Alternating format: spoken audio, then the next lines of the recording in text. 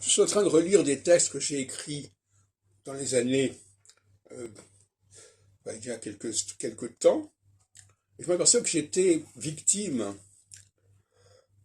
d'une forme d'individualisme à base astrologique. C'est-à-dire que je défendais, en 2014-2015, l'idée que le thème natal permettait de déterminer quel était le leader, selon des critères plus ou moins discutables. Et l'astrologie du thème natal, elle a ce rôle finalement extrêmement pernicieux de brouiller les cartes. Et les gens qui viennent vers l'astrologie sont des gens qui ont souvent des problèmes d'identité sexuelle, sociale, religieuse, etc.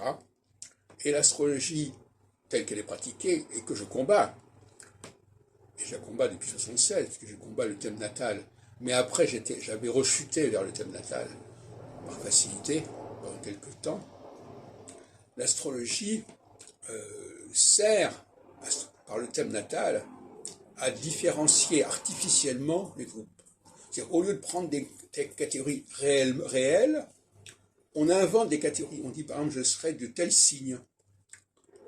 Alors, moi d'ailleurs, j'étais tenté par ça aussi.